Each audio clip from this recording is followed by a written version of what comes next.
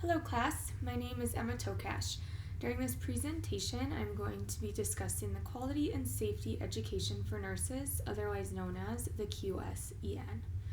There are 6 competencies within the QSEN: communication and teamwork, patient and family-centered care, evidence-based practice, quality improvement, informatics, and patient safety.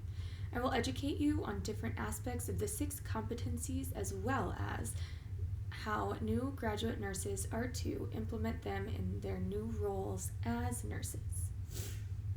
So first up, we have communication and teamwork, which is defined by the QSEN as the ability to function effectively within nursing and interprofessional teams, fostering open communication, mutual respect, and shared decision making to achieve quality patient care. Conflict, disruptive behaviors, and workplace violence are something that are just bound to happen sooner or later, but having the skills and to productively handle these situations is key. Effective use of communication will result in better patient safety, collaboration, and teamwork in the work environment. When conflict, disruptive behavior, or workplace violence arises, there are many different approaches a leader can take to work through this. First off, the issue should be addressed as soon as possible and be talked about openly with all of the participants who are involved in the conflict. They should get down to the bottom of the conflict, have both parties speak their sides in a professional manner, and try to find a solution to the issue that is at hand. Depending on the situation, there may be disciplinary actions that need to be put in place. For example, a workplace violence or sexual assault situation would definitely need a disciplinary action. The leader could give out a written or verbal warning if they deem suitable as well. Sometimes we have to agree to disagree and realize that sometimes personalities and opinions are just different, and we have to figure out some sort of a compromise in order to move forward. In hospital settings, the whole team is working towards one goal: getting the patient to optimal health so that they can go home.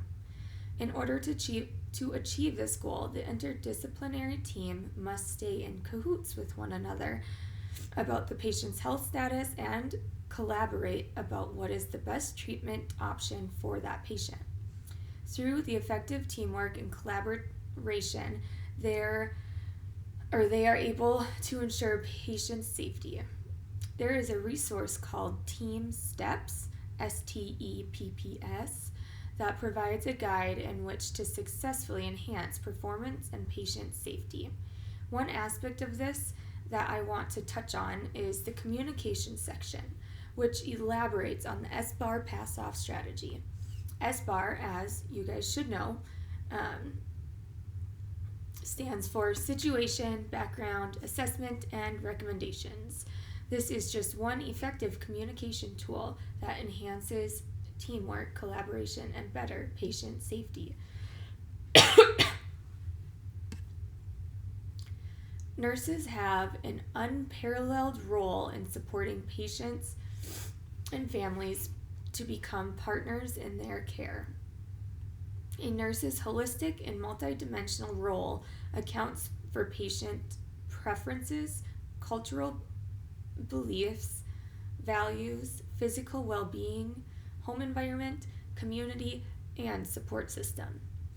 Patient and family-centered care is defined by the QSEN as recognize the patient or designee as the source of control and full partner in providing compassionate and coordinate care based on respect for patients' preferences, values, and needs.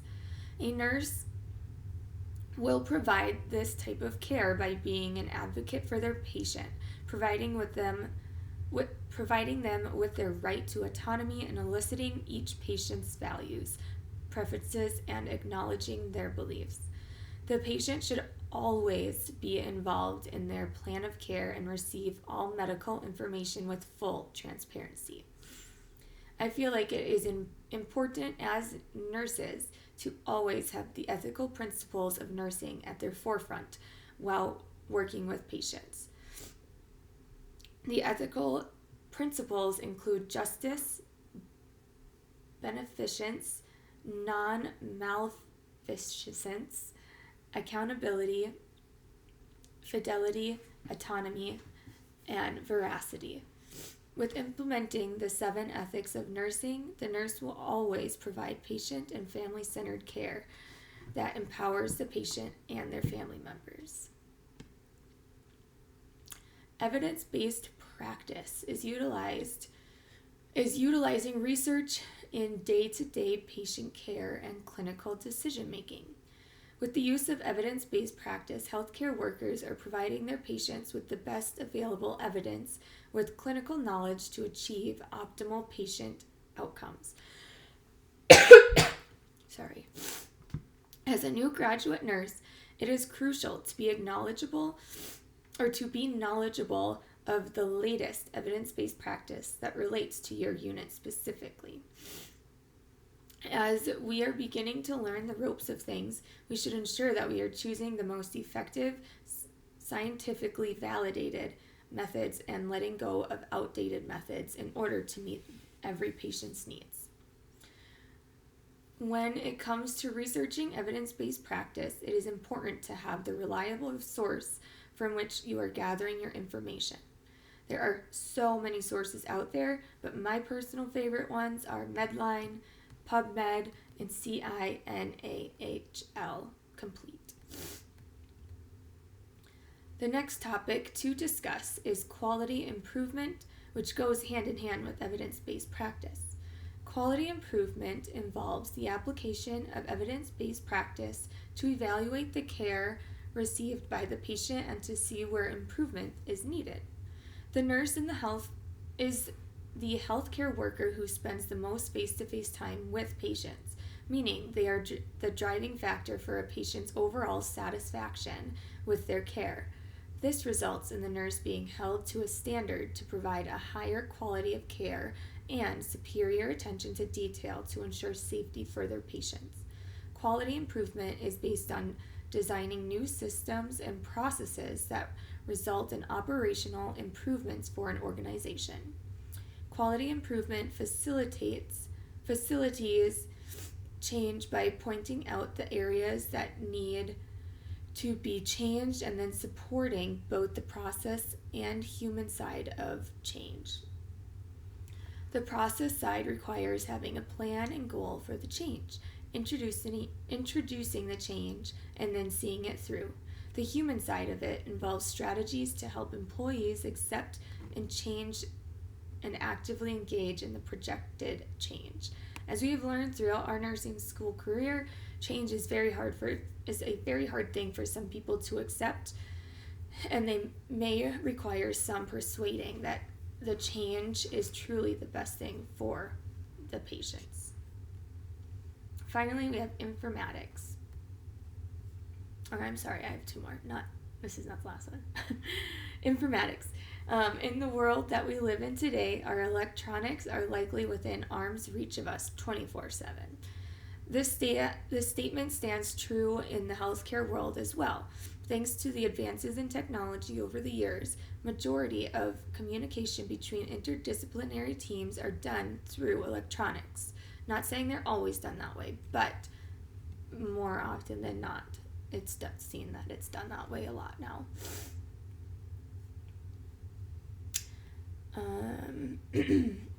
Heck, even charting is electronic for most facilities these days.